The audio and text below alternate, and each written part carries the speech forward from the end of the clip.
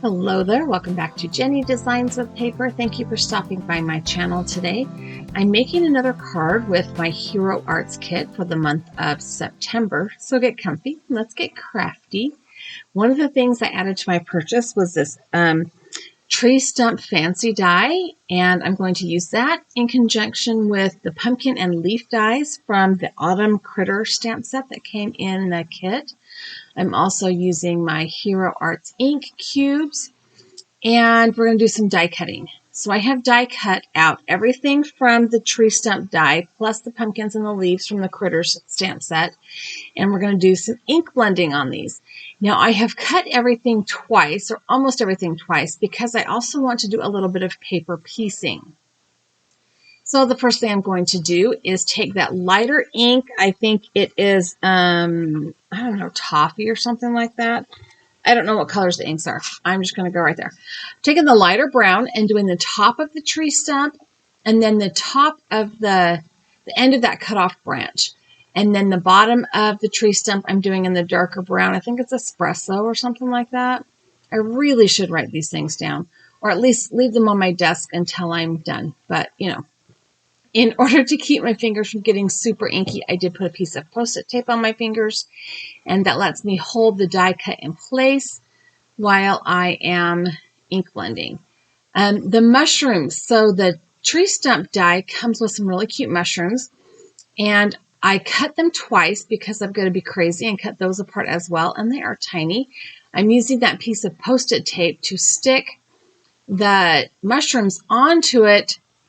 One set I have the stems hanging off, and one set I have the caps hanging off, so that I can do the stems in that lighter brown and the caps in the red that came in the kit.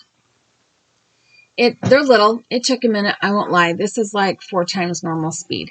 Then I pulled out the pumpkins, and same thing. I did the stems. This green did not come in this kit. It is a Hero Arts green. It came in a previous kit from I don't even know how long ago. And then I'm doing the pumpkins in an orange that also came in a former kit. The next thing I have are the leaves that I die cut from the stamp set. These leaves, there's a couple of different kinds of leaf dies in the Animal Critters stamp set. Animal Critters, Autumn Critters. These leaves have some dimension in them, like the veining has been impressed into them. So I'm going to stick them on a piece of Post-it tape, and I'm going to use 2 colors of ink per leaf. And I'm using mini blending brushes today so that I can kind of get in where I want to get in. Getting these to stick to the tape and not my pickup tool was a little bit of a chore, but you know, it is what it is. So one leaf I'm going green and yellow. This is a little leaf, went green and yellow, kind of went back and forth so the colors blended nicely. And then one leaf I used yellow and orange. One leaf I used the orange and the red.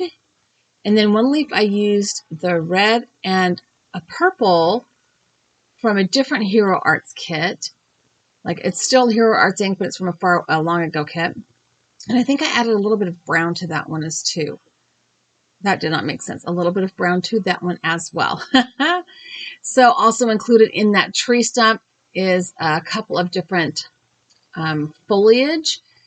I decided not to cut these down, but I did not like how, so I started with a brown on just the tops of the foliage, the tops of the leaves, and then put the green over it, and that was not giving me enough dimension. So I went into my drawer and pulled out an Altenew dark green ink for the tops of the leaves. And then I just used the Hero Arts green to do the stems. Probably should have done that in reverse. You know, the leaves were lighter than the stems, but whatever. For this grass, I did the lighter green, or the Hero Arts green, rather. And then I also did some orange or some yellow on the base of the, maybe it was the orange one. I can't remember which one I picked up. I did some orange on the base of the grasses to kind of give them that fall look, and then went over it again with green. And these were, you know, when you ink blend, the paper gets damp, obviously, so it made them kind of hard to stick. This is a little bit of a fungus. So you know how on wet wood or on wood that get fungus growing on them? That's what that is. And I just kind of pounced that with 2 colors of brown. And now it's time to put things together, and I will not make you watch that. I left the tree stump in there because it is the largest piece of things I will be cutting apart, but the rest of it was so tiny. So we're going to skip ahead. I have a piece of craft cardstock and the Honeybee Stamp 3-dimensional burlap or 3D burlap embossing folder. I'm going to spray that cardstock, just mist it a little bit with my sprayer over my trash can, and put it into the embossing folder and send it through my die cut machine. I have the Spellbinders Platinum. And it's going to come out, obviously, I got it a little bit wet on one side. That's okay. It's all right. We're going to just deal. I love the texture on this. I did pick it up to see which side I wanted to use. And I'm taking the light brown ink, that toffee or whatever it is, and just very lightly going over the top of that burlap pattern so that it kind of draws it to the foreground. And then I'm taking the darker of the brown inks and going around the edge. I'm kind of trying to create a halo effect, which it's not going to be smooth, period, because this is a burlap paper now, which I love. It's such a cool embossing folder. Perfect for all kinds of things. Once I had that halo effect in place with the darker brown, I added some more of that lighter brown to the center because it was just looking a little bit undone. And it is very rough, but I like it. So now it is assembly time. I'm going to put my stump down in the center bottom of the panel, and I fidgeted for a hot minute with how to put these together. And once I got them all laid out, I put a piece of press and seal over the top of my die cut images, and I'm adding liquid glue to the bottom layer. Everything that I can see right there is getting glue on it. I'll hold it in place for a minute, slowly pull it up, and then add glue to the next layer. Because these die cuts are layered on top of each other, it's going to take a couple of different gluings to get them to stay down. And because my press and seal, this is not the first time I've used it, it was less sticky than it is normally. So once I have all of these die cut layers down, I did not put the leaves in yet. I wanted to wait and see where I wanted them. And for a minute, I almost stuck that orange leaf by the pumpkins, but no, don't do that. That's crazy. And there are 4 leaves in varying shapes and sizes. And I am just going to, in fast motion, figure out where I want them. It was just kind of an added little bit more fall into the collage of die cut images there. I did not love how flat the pumpkins looked, so I pulled out a colored pencil, aptly named Pumpkin Orange, and added the lines, kind of segment sections to the pumpkin. And I like how that turned out. I kind of went back and forth a couple of times until it was dark enough to add texture, but not dark enough to be the star of the show. And then it is time to add a sentiment. I pulled out the fall message stamp set that came in the Hero Arts kit, and I stamped it right on that card panel. And you know what? It's textured now because I ran it through the die cut machine with that embossing folder. So you want to go ahead and just guess what kind of stamped image I got here. Spoiler alert, garbage.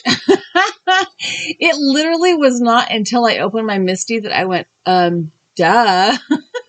So I grabbed a piece of dark brown cardstock from my stash and I put it into my Misty. I inked up that stamp with Hero Arts Unicorn White Pigment ink. I stamped it down onto that brown cardstock with the white ink, and then I covered it with white embossing powder. I did forget to add anti-static powder to this card panel, so I did have to pull a dry paintbrush out of my drawer and clean up a few flyaways. Gratefully, there weren't very many.